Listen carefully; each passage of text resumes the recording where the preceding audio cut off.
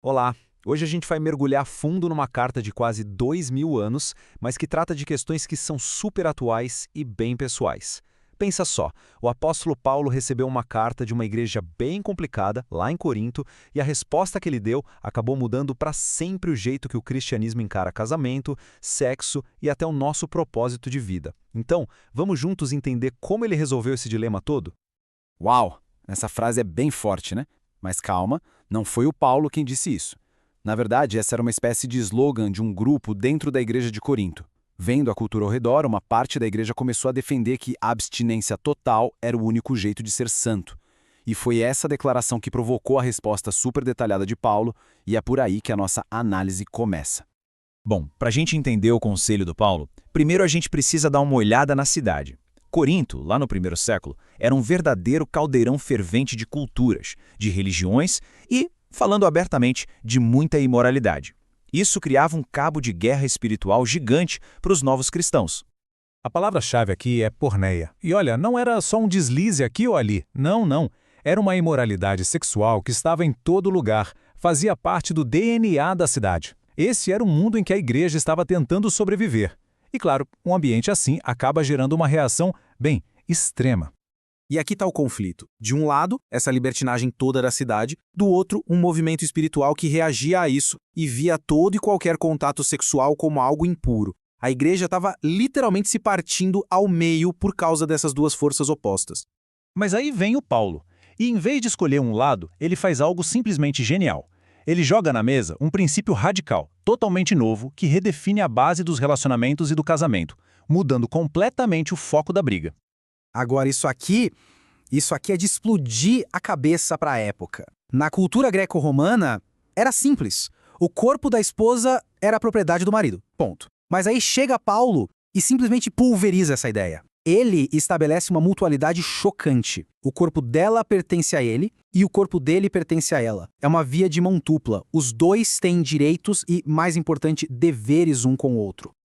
E ele não para por aí. Para aquela galera que defendia a abstinência, ele põe regras bem claras. A abstenção só pode acontecer se os dois concordarem, por um tempo bem curto, com um objetivo espiritual claro, como a oração, e com o plano de voltarem a ficar juntos. Isso só reforça a ideia de que a união física é sagrada e essencial no casamento, não algo que se joga fora. Ok, com essa base da mutualidade bem estabelecida, Paulo começa a ser super prático. Ele pega esse princípio e começa a aplicar nas perguntas do dia a dia que o pessoal da igreja estava fazendo. Primeiro, ele fala com quem não é casado, e nessa categoria entravam não só os solteiros de sempre, mas também os viúvos e as viúvas da comunidade.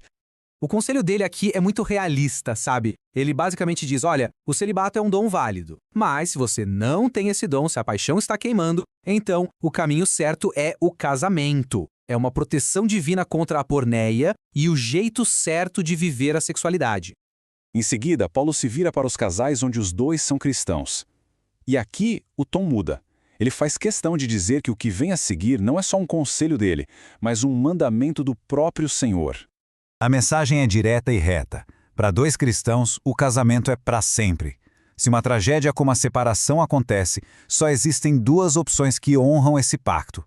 Ou a pessoa fica solteira, ou ela busca a reconciliação. Certo, mas e a situação mais complicada de todas? Quando um cristão é casado com alguém que não é da mesma fé. Jesus não falou sobre isso diretamente, então Paulo entra com sua orientação como apóstolo. E a resposta dele é surpreendente, de verdade. A gente poderia achar que ele viria para separar, para manter a pureza, né? Mas não. Ele diz que a presença do cristão na casa cria uma atmosfera de santidade, que abençoa o cônjuge e os filhos. O objetivo é sempre preservar a família. Depois de dar todos esses conselhos específicos, Paulo dá um passo para trás, como se desse um zoom out na câmera, para mostrar o grande princípio por trás de tudo isso. E essa ideia unifica tudo o que ele disse e vai muito além de casamento. Vira um princípio para a vida. Ele introduz a ideia de vocação, ou chamado. O ponto central é que a conversão a Cristo é uma transformação que acontece por dentro e ela não exige necessariamente que a gente mude todas as nossas circunstâncias externas. Paulo usa exemplos da vida real que eram muito fortes. Ele pergunta, você era escravo quando foi chamado? Era judeu ou não judeu? E a conclusão dele é, permaneça como está. Por quê? Porque a nova identidade em Cristo, ser um liberto do Senhor, é muito maior que qualquer status social. O que importa é viver para Deus na situação em que cada um se encontra. Mas tem mais uma peça nesse quebra-cabeça. Todo o raciocínio do Paulo é moldado por uma forte sensação de urgência, a crença de que o tempo era curto e o fim estava próximo. Por causa dessa angústia presente, Paulo via vantagens práticas em ser solteiro. Sem as responsabilidades de uma família, a pessoa podia se dedicar de corpo e alma a Deus. Não é que o casamento fosse ruim, de jeito nenhum, mas numa época de urgência, ser solteiro dava uma liberdade única para servir.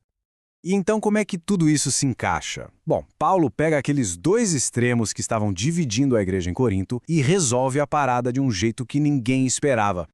Em vez de escolher um vencedor, ele valida os dois caminhos. Casamento é um dom de Deus. Celibato também é um dom de Deus. Os dois são vocações honrosas. Cada um tem suas vantagens e suas disciplinas. Nenhum é, por si só, melhor que o outro.